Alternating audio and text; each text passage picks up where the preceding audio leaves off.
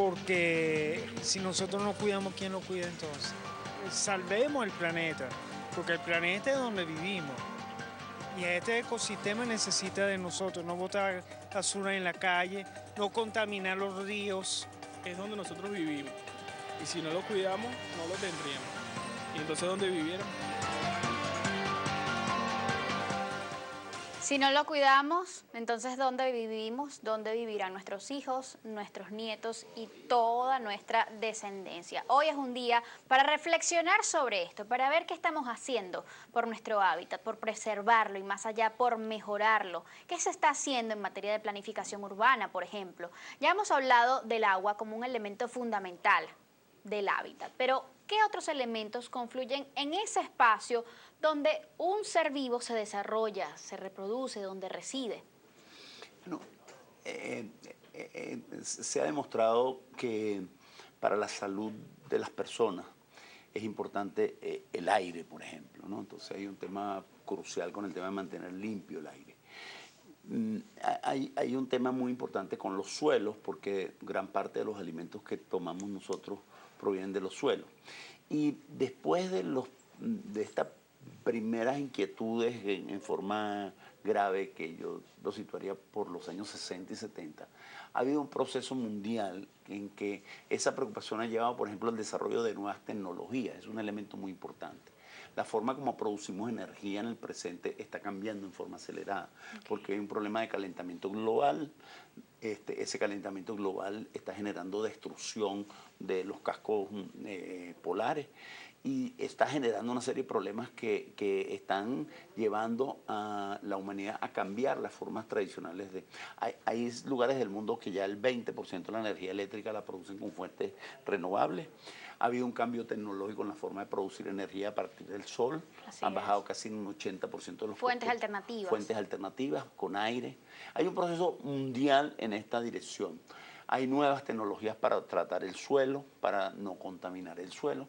Hay una preocupación más grande de los estados en que el hábitat se preserve, porque el hábitat no solamente no debe continuar deteriorándose, sino que hay posibilidades ciertas de mejorarlo. Así es. Por ejemplo, la cantidad de basura que está en los océanos, la utilización de elementos reciclables en nuestro uso, la incorporación de artículos biodegradables que están en proceso. Sí, hay un proceso mundial que cuando vemos el caso nuestro no está como en sintonía, porque está ocurriendo, por decirte algo, en China se están construyendo, en los últimos 30 años, se están construyendo cerca de 20 ciudades del tamaño de Nueva York, nuevas ciudades modernas, con espacios, con hábitat, que funcionen los servicios. ¿Sí?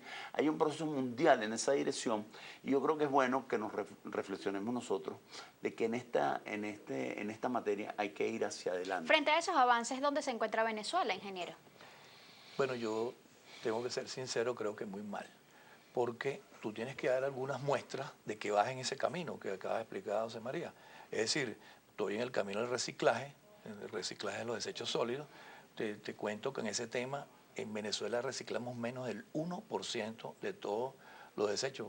Generamos aproximadamente unos 30 millones de kilos día de desechos sólidos, y esos 30 millones de kilos día, pues apenas reciclamos menos del 1%. Eso, digamos, es un indicador muy importante de que en ese tema estamos raspados, ¿no? Si vamos al otro con la generación de electricidad, pues bueno, es algo fundamental que nosotros no trabajemos con lo que son plantas termoeléctricas o plantas diésel, porque son grandes contaminadores del ambiente. ¿Podemos usar gas natural? Claro, podemos usar gas natural y sobre todo nuestros embalses hidráulicos que estamos generando hidroenergía. Pero resulta que el Guri está en un 40% de su capacidad de generación por problemas de mantenimiento. Resulta que lo que es Uribante Caparo está también en muy malas condiciones. Tienes a Santo Domingo fuera de servicio. Es decir, tienes unas condiciones precarias que han hecho que el otro parque, que es un parque que tiene que ver con el petróleo y con todos los elementos que son grandes contaminadores, crezca como algo complementario. O sea, ese camino no es el correcto. Y así seguimos en otros aspectos, digamos, que son fundamentales, que es que tú tienes que siempre pensar en el futuro de cómo vas a cuidar el ambiente de las generaciones que vienen. ¿Cómo se traduce la superpoblación de las ciudades en materia de utilización de energía? Fíjate, ahí en ese tema también es interesante que el camino va en la dirección de que la población no crezca tan rápido y que lo que está pasando es que en la medida en que hay un proceso de urbanización y de la adopción de culturas urbanas, las familias son más chiquitas, es decir, el promedio de la familia venezolana en el último censo se reduce y en este momento el promedio de niños por familia bajando. ¿Qué es lo que está ocurriendo? Entonces, vamos a entrar en una época en donde las ciudades no van a crecer mucho más. De hecho, estamos creciendo al 1,5% al año, que es poco. Entonces, es el tiempo como de concentrarnos en mejorar la calidad. En los elementos de calidad es muy importante. Bueno, en el tema del uso de la energía, evidentemente hay que avanzar hacia sistemas más eficientes, pero yo quería tocar un tema que no se nos puede olvidar. Las ciudades reciben mucha agua para tomar, pero también generan grandes cantidades de agua sucia. El agua que tomamos, 1 tonelada de agua por familia al día, la botamos inmediatamente. En ese camino estamos muy lejos. Hay ciudades latinoamericanas muy importantes que ya llegaron a cumplir el compromiso de 100% del agua consumida tratada, es decir, que la devuelven a la naturaleza limpia.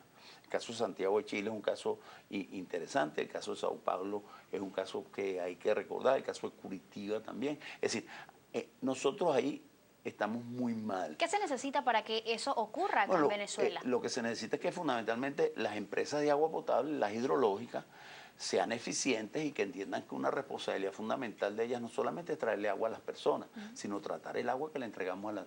El que quiera saber algo de esto, vaya a la desembocadura del río Tuy, allá en Carenero, y podrá ver cómo nosotros entregamos más de 30 toneladas de agua sucia por segundo al Mar Caribe.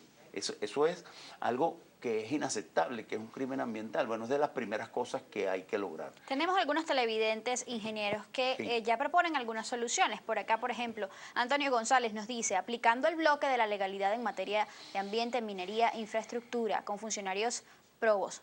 Buena solución, dice él. También Aide Milán dice, buen día familia, creo que una solución para preservar nuestro hábitat natural sería crear como una carrera de estudios para esto. ¿Existen estudios ambientales en el país que se dirijan o se especialicen en esta área? Sí, cómo no, hay Por supuesto. varios posgrados que puedes hacer en esta materia, pero lo más importante es que tú crees una conciencia general de que esto es un problema de todos. Porque fíjate, digamos que el tema que hoy estamos tocando es un tema transversal para cualquier materia en lo que es desarrollo. Porque en el caso venezolano, por ejemplo, que somos un país todavía que tenemos muchas cosas que desarrollar, que hacer, poner orden en el desarrollo es una cosa fundamental. En Venezuela está prohibido hacer cualquier desarrollo que no tenga un estudio de impacto ambiental, por ejemplo. Y eso flagrantemente se incumple cotidianamente. Entonces son cosas que tú tienes que poner primero orden para que esto coja, digamos, el nivel que es. Tú tienes una gran cantidad de fortalezas, tienes prácticamente 100 zonas bajo régimen especial en todo el país que fueron hechas para cuidar el futuro. Todos esos parques nacionales se hicieron con una misión muy clara que era cuidar el futuro de nuestra descendencia. Preservar el ambiente. Preservar el ambiente. En el caso de Guatopo, por ejemplo, se hizo para preservar las aguas de la región capital. Eso es un objetivo fundamental de ese parque. O sea, los parques no se hacen por razones fatuas, ¿no? Sino se hacen por cosas importantes como es el caso del Parque Canaima. Abelardo Vidal nos dice también por el Twitter, Soluciones Hábitat. En el Caura, 3.000 mineros han destruido el agua con mercurio, destruyendo el hábitat de fauna indígenas. ¿Qué opinan sobre esto? Bueno, yo creo que hay que decir que el deterioro ambiental es una dimensión de la pobreza. Es decir, la pobreza de un país no solamente cuando su economía está débil y no tenemos empleos de calidad y no crecemos económicamente, sino que también una de las dimensiones que está es en el deterioro del ambiente. El caso de la minería ilegal es un caso terrible, por cual un gran de parques nacionales hechos por nosotros por la preservación en una zona muy frágil como es la Guayana, están siendo explotadas de una forma totalmente desordenada. ¿Y qué daños está generando eso a nuestro ecosistema? Algunos daños irreversibles, ¿no? Primero hay un veterinario deterioro de toda la capa vegetal, porque se retira la capa vegetal con chorros de agua a presión y posteriormente se utiliza el mercurio para separar el oro del mineral, del material, y bueno, ese mercurio es contaminante y es acumulativo. Es decir, cuando tú tienes un país con dificultades en el área de la pobreza, pues entonces tampoco hay una vigilancia adecuada. Y evidentemente hay un elemento de corrupción detrás de esa minería ilegal. Hay definitivamente grandes cantidades de dinero que están circulando por un circuito totalmente ilegal. Se habla de que para el año 2030 la población mundial, el 60% de ella, va a habitar en zonas urbanas. Ya en Venezuela esta cifra asciende a alrededor del 80%, personas que en su mayoría además se ubican o viven en la zona centro-norte costera del país. Sin embargo, según Naciones Unidas, hay 828 millones de personas que viven en zonas marginales o quizás zonas populares. Nada más en el caso de Caracas se encuentran parroquias por lo menos o municipios como el de Sucre, en donde el 60%, quizás más, de la población se encuentra viviendo en zonas populares. La pregunta sería, ¿cómo esto impacta en el hábitat humano, impacta en el ambiente? Bueno, ese ejemplo que tú estás tomando es un ejemplo gráfico de lo que puede pasar en una ciudad cuando tú tienes un desorden de este tipo. Por ejemplo, en esa zona no hay ningún tipo de tratamiento de las aguas servidas. Todas las aguas servidas que se generan en Caracas, pero básicamente en los sectores, digamos, populares, van directo al río Guaire. Van directo al río Guaire y eso es un impacto del punto ambiental, irreversible. Es algo que no hay forma de que tú, digamos, tú mejores esa condición si tú no metes tecnología, si tú no metes orden urbanístico, si tú no creas espacios para dedicarle a ese tipo, digamos, de arreglo. Entonces, siempre vas a tener una condición, digamos, de pobreza gente alrededor de esa marginalidad. Porque ¿qué es la marginalidad? Es estar fuera de algunos, digamos, algunos niveles que tú deberías alcanzar como ciudadano. Por eso tú eres marginal. Entonces, en el caso de todas las barriadas venezolanas, pues la gente está en ese borde. Tienen agua alguna vez, de alguna calidad, no tienen tratamiento de ningún tipo de su agua servida, la luz eléctrica le llega en condiciones inadecuadas. Bueno, el problema de la salud... Carecen de espacios públicos. Exacto, el problema de la inseguridad que conlleva muchas cosas adicionales. Es decir, eso es la marginalidad y tiene mucho que ver con el ambiente, porque el ambiente cuando tú no lo cuidas se convierte también en un problema que impacta la salud. Ingeniero. Es que es muy interesante el caso que está poniendo Norberto, porque nosotros ya hace 15 años estuvimos en una ciudad latinoamericana tan grande como Caracas, muy parecido a Caracas, pero que no conseguimos barrios marginales. Y nos sorprendió mucho. Esa ciudad se llama Santiago de Chile. Y preguntamos, es que no hubo ranchos nunca. No, sí hubo. ¿Qué fue lo que ocurrió en Santiago de Chile? Fíjate, es muy importante porque decíamos que es un problema de políticas públicas. Hay unas políticas públicas en construcción de vivienda formal que han construido durante más de 20 años de 3 a 4 veces más viviendas per cápita que en Venezuela.